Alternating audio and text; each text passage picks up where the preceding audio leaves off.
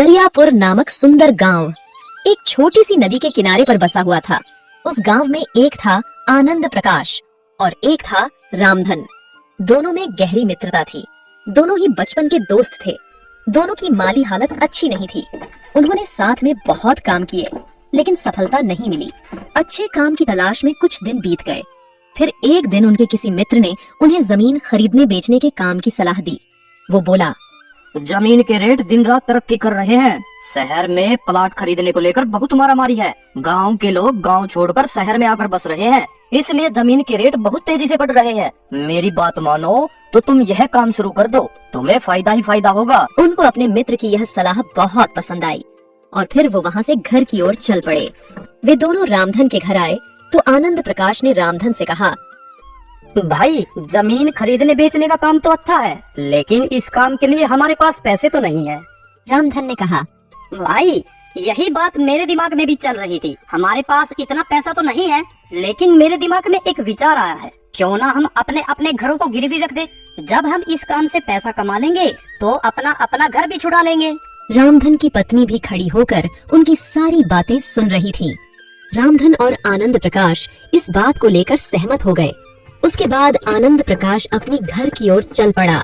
उसके जाने के बाद रामधन की पत्नी ने कहा, देखो जी, मकान गिरवी रखना कहाँ की समझदारी है। और फिर हमारे पास एक ही मकान है।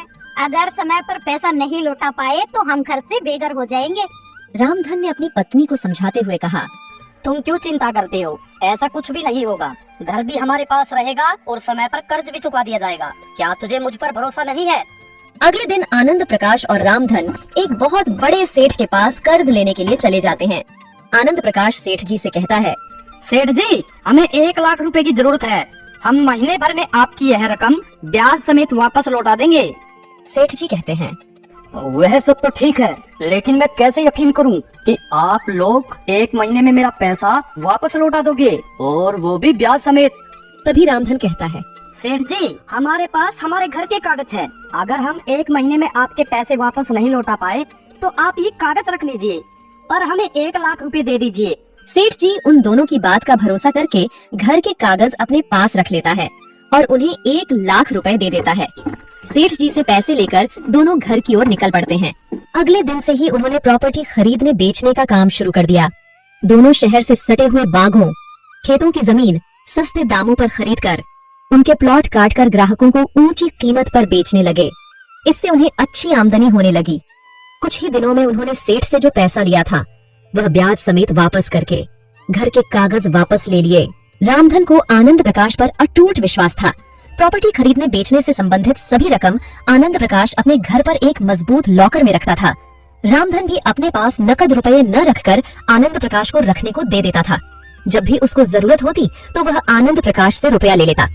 एक दिन रामधन की पत्नी ने रामधन को टोका और कहा, सारा पैसा आनंद प्रकाश के पास रखना कहाँ की समझदारी है। अपने पास भी तो कुछ पैसा इकट्ठा करके रखो। अपने पैसों के लिए भी आनंद प्रकाश के पास जाकर हाथ फैलाने पड़ते हैं। ये तो कोई अच्छी बात थोड़ी है। लेकिन उल्टा रामधन अपनी पत्नी को समझाता और कहता, तुम्हें किस चीज की कमी है? जब भी जितने भी पैसों की जरूरत होती है वह मैं आनंद प्रकाश से ले आता हूँ। मैं बैंक में ज्यादा पैसे नहीं रख सकता। बैंक में पैसे रखूंगा तो उस पर टैक्स देना पड़ेगा। जब हमारे सब काम अच्छे से चल रहे हैं तो दिक्कत क्या है? पैसे उसके पास रहे या मेरे पास, बात तो एक ही है। तुम बेकार में डरते हो। मेरा मित्र धोखेबाज नहीं है। तुम पैसों की ओर से निश्चिंत रहो। रामधन की पत्नी ने चिंता व्यक्त करते हुए कहा, वह तो सब ठीक है, लेकिन तुम्हारे दोस्त ने अभी कुछ दिन पहले ही अपना आलीशान 2 मंजिली घर बनवाया है। और तो और वह अपने बच्चों को भी MBBS जैसे बड़े बड़े कोर्स करवा रहा है। लेकिन तुम हमारे बारे में कुछ नहीं सोचते। यह तो गलत बात है आपकी। आनंद प्रकाश यह सब इसी बिजनेस के पैसे से ही तो कर रहा है। आपके लाभ के रुपए भी वो अपने काम में ले रहा है। मैं चाहती हूँ कि तुम अपने प्रॉफिट का हिस्सा अपने पास, मतलब घर पर रखो। कल को आनंद प्रकाश की नीयत में खोट आ गया तो क्या होगा? आज तक कभी ऐसा हुआ है कि तुम्हें पैसों की वजह से दिक्कत उठानी पड़ी हो? नहीं ना। आधी रात को भी वह हमारे लिए तन मन धन से खड़ा है। अरे भाग्यवान, तुम इस बारे में ज्यादा मत सोचो। मैं बहुत जल्द मौका देखकर आनंद प्रकाश से अपने लाभ के सारे पैसे मांग लूंगा। अब ठीक है? यह कहकर रामधन ने बात खत्म की। अब आनंद प्रकाश और रामधन की नजर शहर से सटे आमों के एक बाग को खरीदकर प्लॉटिंग करने की थी। इसके लिए 3 करोड़ रुपयों की जरूरत थी। 3 करोड़ रुपयों को जुटाने के लिए उन्होंने अपने दोस्तों, रिश्तेदारों व परिचितों को भी अपने साथ प्रॉपर्टी में रुपया लगाने को उकसाया। उन्हें ब्याज के रूप में एक मोटी रकम देने का ऑफर दिया। देखो भाई सुरेश, अपना कुल मिलाकर बहुत अच्छा चल रहा है, इसलिए मैंने आपके बारे में भी कुछ अच्छा ही सोचा है। आप मुझे 1 लाख रुपए दो, इसके बदले मैं तुम्हें 1 साल में 30% ब्याज के साथ 1,30,000 रुपए दूंगा। रामधन भाई, मैं कल ही आपके घर 1 लाख रुपए लेकर आता हूँ, लेकिन भाई एक बात का ख्याल रखना, ये रुपए मेरी जिंदगी भर की कमाई है, पर मुझे आप पर अपने से भी ज्यादा भरोसा है। आप जो भी करोगे अच्छा ही करोगे। देखते देखते उन दोनों के पास 2 करोड़ रुपए इकट्ठा हो गए। ये सभी रुपया आनंद प्रकाश की तिजोरी में रखे हुए थे। इन 2 करोड़ रुपए में से लगभग 80 लाख रुपया रामधन ने अपने रिश्तेदारों और दोस्तों से लेकर आनंद प्रकाश को दिए थे। वे बाग खरीदने के लिए 3 करोड़ रुपए इकट्ठा होने का इंतजार कर रहे थे। इसी दौरान एक रात आनंद प्रकाश को अचानक दिल का दौरा पड़ गया। उनकी चीख निकल ना पाई और सोते सोते रात में ही खत्म हो गए। तसल्ली के लिए उनके परिजन उन्हें डॉक्टर के पास लेकर गए। डॉक्टर ने बताया, देखिए, आनंद प्रकाश एक शुगर के मरीज थे। शुगर वाले मरीजों को अचानक ही सही सलामत हालत में कभी भी अटैक पड़ जाता है। इस अटैक के लक्षण नजर नहीं आते। जब तक व्यक्ति कुछ समझ पाता है, प्राण पखेरु हो जाते हैं। आनंद प्रकाश के साथ भी यही हुआ। इसलिए शुगर के मरीजों का शुगर कंट्रोल रखना बहुत जरूरी है। आनंद प्रकाश के बेटे सूरज ने फोन करके रामधन को आनंद प्रकाश की मौत की खबर दी। हेलो अंकल जी, मैं सूरज बोल रहा हूँ। हाँ सूरज, बोलो बेटा, कैसे हो? अंकल जी, वो पिताजी अब इस दुनिया में नहीं रहे। क्या? कब? ये कैसे हुआ बेटा? अंकल जी, पिताजी रात को सोए थे, लेकिन सुबह उनकी आंख नहीं खुली। हम सब उन्हें डॉक्टर के पास भी लेकर गए, लेकिन डॉक्टर ने बताया कि उनकी मौत दिल का दौरा पड़ने से हुई है। यह सुनकर रामधन के पैरों के नीचे से जमीन निकल गई। उन्हें तुरंत उन रुपयों का ध्यान आया जो उन्होंने अपने दोस्तों, रिश्तेदारों से निवेश के लिए उधार लिए थे तथा वे रुपए आनंद प्रकाश के पास उनकी तिजोरी में रखवा दिए थे। वे सोचने लगे, अगर आनंद प्रकाश के बच्चे बेईमान हो गए, उन्होंने वो पैसे ना दिए तो क्या होगा? मैं तो सड़क पर आ जाऊंगा। अपना घर जमीन बेचकर भी मैं इतना पैसा नहीं जुटा सकूंगा। जब आनंद प्रकाश का अंतिम संस्कार हो गया, तब उन्होंने आनंद प्रकाश के बेटे सूरज से पैसों के बारे में बात की। बेटा, तुम्हारे पिताजी ने और मैंने लोगों से ब्याज पर लेकर पैसे इकट्ठे किए थे और वो हमने तुम्हारे घर पर एक तिजोरी में रखवा दिए थे। सूरज ने उन्हें आश्वासन देते हुए कहा, अंकल जी, मुझे इस बारे में पता है। पिताजी ने मुझे इस बारे में बताया था कि आप दोनों एक बाग खरीदकर उसकी प्लॉटिंग करके बेचना चाहते हो। मैं घर जाकर उनकी तिजोरी चेक करता हूँ और फिर आपको बुलाकर वे रुपए दे दूंगा। आप परेशान ना होइए। ये सुनकर रामधन की जान में जान आ गई। 2 दिन बाद सूरज ने फोन करके रामधन को बताया, अंकल जी, मैंने पिताजी की तिजोरी खोलकर देखी थी, लेकिन उसमें पैसे नहीं मिले।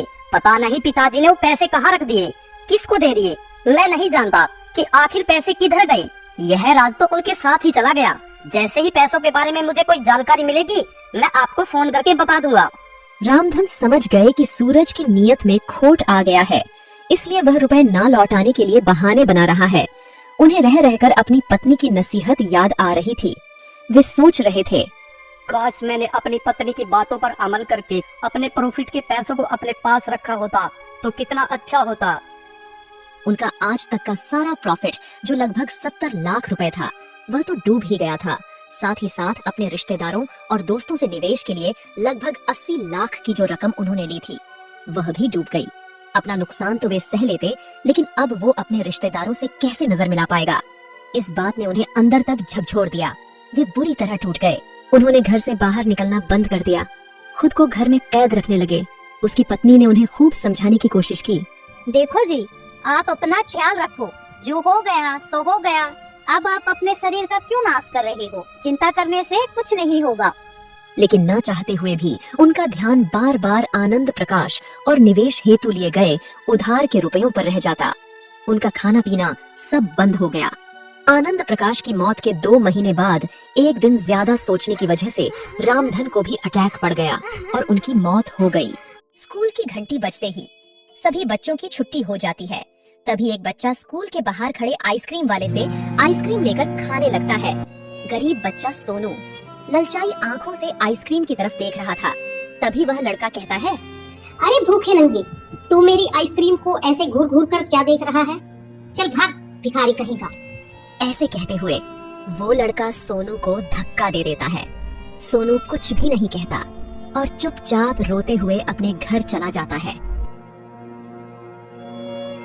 वो अपनी माँ मीना से कहता है, माँ, हम इतने गरीब क्यों हैं?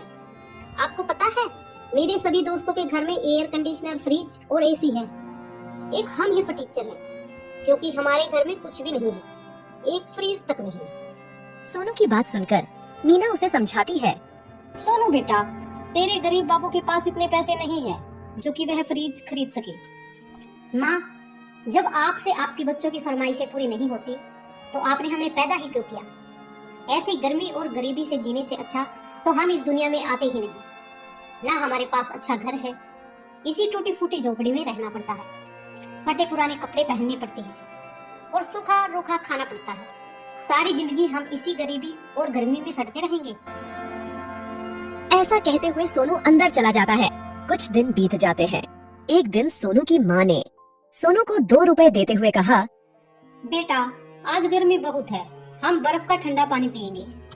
सोनू ने कहा, माँ, मुझे शर्म आती है 2 रुपए की बर्फ लाने में। दुकानदार हमेशा चिक चिक करता है, कहता है 5 रुपए की बर्फ है, फिर भी मुझे दे देता है, यह कहकर कि अगली बार 5 रुपए ले आना। मोहल्ले के सभी घरों में फ्रिज आ चुके हैं, सब फ्रिज का ठंडा पानी पीते हैं। अपने घर में कब फ्रिज आएगा माँ? तब सोनू की माँ ने कहा, बेटा, तेरे बाबू जितना कमाते हैं सब घर खर्च हो जाता है, हम फ्रिज नहीं खरीद सकते। सोनू 2 रुपए लेकर बर्फ लेने चल पड़ा। इस बार दुकानदार अपनी बात पर अड़ गया। तो फिर आ गया 2 रुपए लेकर, इस बार तुझे बर्फ नहीं मिलेगी, जा कोई दूसरी दुकान ढूंढ ले, पता नहीं कहाँ से आ जाते हैं भिखमंगे। सोनू ने सारी मार्केट छान मारी, मगर 2 रुपए की बर्फ कहीं नहीं मिली। अंत में उसे खाली हाथ वापस घर लौटना पड़ा। मीना सोनू को खाली हाथ देखकर कहती है, क्या हुआ बेटा, बर्फ नहीं मिली? सोनू कहता है, माँ, मैंने आपसे पहले ही कहा था 2 रुपए की बर्फ कोई नहीं देता। सोनू बेटा, तू चिंता मत कर, मैं तेरी पड़ोस वाली आंटी से पूछ कर आती हूँ, फिर हम सब मिलकर बर्फ का ठंडा पानी पियेंगे। सोनू भी अपनी माँ के पीछे पीछे चला जाता है। अरे कमल बहन, थोड़ी सी बर्फ मिल जाएगी, आज गर्मी बहुत है और बच्चे ठंडा पानी पीने की जिद कर रहे हैं। अरे तेरा तो हर रोज का काम है बर्फ मांगने का, हमारे फ्रिज का बिजली का बिल भी आता है, तुम्हारे घर फ्रिज नहीं है तो हम क्या करें? सोनू अपनी माँ के पीछे खड़े होकर सारी बातें सुन रहा था। अगले दिन सोनू की माँ और बहन घर के बाहर बैठे हुए थे। तभी गली में ऑटो रिक्शा पर लदा एक फ्रिज आता है तो सोनू की बहन कहती है, लो, एक और पड़ोसी का फ्रिज आ गया। अपनी बहन की बात सुनकर सोनू बाहर की तरफ चल पड़ा। मीना ने एक बार टोका भी, बेटा सोनू, इतनी भरी दोपहरी में कहाँ जा रहा है? मगर सोनू ने कोई जवाब नहीं दिया। सोनू एक बड़ी सी फ्रिज की दुकान पर पहुंच गया। वहाँ बहुत सारे छोटे बड़े फ्रिज रखे हुए थे। उन फ्रिजों को देखकर सोनू का मन बड़ा खुश हो गया। काफी देर तक उन फ्रिजों को देखता रहा। तभी दुकान के मालिक ने अपने नौकर से कहा, अरे रामलाल, जरा देख दुकान के बाहर कौन लड़का खड़ा है, कहीं चोर ना हो। वह नौकर गले में गमछा डाले सोनू की ओर बढ़ा और कहने लगा, अरे ओ छोटू, क्या चाहिए तुझे, इतनी देर से दुकान के अंदर क्यों झांक रहा है? नौकर की बात सुनकर पहले तो सोनू डर गया कि इन्हें क्या जवाब दूं। फिर सोनू बोला, जी हमारे घर फ्रिज नहीं है, मुझे एक नया फ्रिज खरीदना था। सोनू की बात सुनकर नौकर उसे दुकान के अंदर ले गया और दुकानदार से मिलवा दिया। दुकानदार ने सोनू को नीचे से ऊपर तक देखा, फिर बोला, हाँ बोल छोकरे, तुझे क्या चाहिए, हम फ्रिज बेचते हैं। सोनू ने कहा, अंकल, मेरे पास पैसे नहीं है, मगर मुझे एक फ्रिज खरीदना था। दुकानदार ने एक फ्रिज की तरफ इशारा करते हुए कहा, यह लाल रंग का फ्रिज, इसकी कीमत 3,500 रुपए है, तुम्हारी जेब में कितने पैसे हैं? दुकानदार की बात सुनकर सोनू ने कहा, अभी तो इतने पैसे नहीं हैं, लेकिन मैं इंतजाम कर लूंगा। क्या आप मुझे नौकरी पर रख सकते हो? दुकानदार कहने लगा, हम बच्चों को काम पर नहीं रखते, बड़े बड़े फ्रिज रिक्शा में लादने होते हैं, तुमसे फ्रिज तो हिलेगा भी नहीं, घर घर फ्रिज पहुंचाने भी पड़ते हैं। सोनू ने कहा, जी मैं सब काम कर लूंगा, आपको शिकायत का मौका नहीं दूंगा, मुझे एक फ्रिज खरीदना है। इसके लिए मैं सब कुछ करने के लिए तैयार हूँ। दुकानदार कहने लगा, बेटा मैं तुम्हें नौकरी पर नहीं रख सकता, बात समझा करो, तुम अभी बहुत छोटे हो। सोनू 2 घंटे तक दुकान के बाहर खड़ा रहा। फिर अचानक दुकानदार बोला, बेटा क्या नाम है तुम्हारा? जी मेरा नाम सोनू है, मैं 7वीं कक्षा में पढ़ता हूँ। ठीक है, मैं तुम्हें नौकरी पर रखता हूँ। मैं चाहता हूँ तुम्हारी पढ़ाई भी ना रुके। तुम रोज सुबह 7 बजे मेरी दुकान पर आओगे, 2 घंटे काम करोगे, उसके बाद तुम स्कूल चले जाना। दोपहर के 2 बजे छुट्टी होने के बाद तुम सीधे दुकान पर आओगे, 2 घंटे काम करोगे, फिर घर चले जाना। यही रोज का नियम रहेगा। दुकानदार से नौकरी की बात करके सोनू खुशी खुशी घर लौट आया। सोनू को काम करते करते 1 महीना बीत जाता है। एक दिन सोनू की माँ ने सोनू से कहा, सोनू शाम के 5 बज चुके हैं, मैं देख रही हूँ तू रोज स्कूल से लेट आता है। स्कूल की छुट्टी तो 2 बजे हो जाती है, फिर तो 3 घंटे कहाँ गायब रहता है, और सुबह भी घर से 2 घंटे पहले ही चला जाता है। कहीं आवारा लड़कों के साथ तो नहीं घूमने लगा? सोनू की खामोशी देखकर बहन भी बोल पड़ी, पहले तो सोनू घर में ही रहता था, अब 1 महीने से बाहर ही घूमता रहता है। इतने में सोनू का पिता भी काम करके घर आ जाता है। वो सोनू की माँ से कहता है, अरे क्या हुआ भाई, मेरे पीछे से क्या बातें हो रही है, मुझे भी तो पता चले। मीना कहती है, देखो ना सोनू हर रोज सुबह घर से जल्दी चला जाता है और शाम को भी लेट आता है, पता नहीं ये इतना टाइम कहाँ घूमता रहता है। सोनू के पिता गोपाल जी कहते हैं, क्यों बे सोनू के बच्चे, बता इतनी देर तक तू घर से बाहर क्या करता है, कहीं आवारा दोस्तों के साथ तो नहीं घूमने लगा तू? सोनू कुछ नहीं बोलता और चुपचाप खड़े होकर अपने पिता की बातें सुनता रहा। सोनू की खामोशी देखकर गोपाल जी कहते हैं, लगता है इसे कमरे में कैद करके रखना पड़ेगा, तभी ये सुधरेगा। अगली सुबह सोनू की आंख खुली तो उसने देखा कि दरवाजा बाहर से बंद है। सोनू के घर दीवार पर एक छोटी खिड़की थी जो पड़ोसी की छत की तरफ लगी थी। सोनू एक स्टूल की मदद से खिड़की पर चढ़ा और पड़ोसी की छत पर कूद गया और दबे पांव आहिस्ता आहिस्ता बाहर गली में आ गया। मौका अच्छा था, किसी ने देखा नहीं। फिर रोज की तरह 5 बजे घर वापस लौट आया तो मीना दूसरी पड़ोसन से बातें कर रही थी। वो सोनू को देखते ही बोली, सुबह मैंने जब ताला खोला तो तू कमरे में नहीं था, अब आ रहा है मौज मस्ती करके, आज मैं तेरी चमड़ी उधेड़ूंगी। मीना सोनू को कमरे में ले गई और सोनू की बहन ने उसके दोनों हाथ पैर बांध दिए। तभी मीना ने कहा, सोनू तू सच सच बता, हर रोज कहाँ जाता है? अपनी माँ की बातों का सोनू ने कोई जवाब नहीं दिया। तभी सोनू के पिताजी ने एक मोटे डंडे से सोनू को खूब मारा। पड़ोसियों ने आकर सोनू को बचाया। अरे ओ गोपाल, बच्चे की जान लेगा क्या? गोपाल जी बोले, आप लोग नहीं जानते, सोनू घर से बाहर घूमने लगा है, आज इसकी दोनों टांगे तोड़ दूंगा ताकि ये भाग ना सके। तभी गली में एक व्यक्ति आया और बोला, सोनू का घर यही है क्या? सोनू के पिताजी ने देखा तो एक रिक्शे वाला अपने रिक्शे पर एक लाल रंग का फ्रिज रखे हुए है। तब सोनू के पिताजी ने मीना से कहा, लगता है किसी पड़ोसी ने नया फ्रिज मंगाया है, पर ये सोनू को क्यों बुला रहा है? मीना ने कहा, जाओ गली में पता करके आओ आखिर बात क्या है, और फ्रिज का पता लगाओ किस पड़ोसन ने मंगवाया है। सोनू की बहन ने जवाब दिया, काले राम की किराने की दुकान खूब चलती है, उसी ने मंगवाया होगा। रिक्शे वाले ने जब तक फ्रिज सोनू के घर की देहरी पर रख दिया तब मीना बड़बड़ाती हुई बोली, अरे रिक्शा वाले भैया, किसी और का फ्रिज हमारी देहरी पर क्यों रखते हो? उठाओ इसे, जिसका है वही ले जाओ। तब रिक्शे वाले ने कहा, मेरे पास एक रसीद है, इसमें इसी घर का पता लिखा हुआ है और नाम गोपाल लिखा है। सोनू के पिताजी बोले, हैं? गोपाल तो मेरा नाम है, पता भी हमारे घर का लिखा हुआ है, मगर हमने तो कोई फ्रिज नहीं मंगाया, शायद तुमसे कोई भूल हो गई होगी। इतने में फ्रिज की दुकान का मालिक आ गया। उसने कहा, सोनू ने पेमेंट कर दी है, यह फ्रिज अब आप लोगों का है। सोनू 1 महीने से हमारी दुकान में नौकरी कर रहा था। सोनू ने ही मुझसे कहा था कि घर में मेरी नौकरी का जिक्र किसी से मत करना, वरना मेरी माँ को दुख होगा और माँ मुझे नौकरी नहीं करने देगी।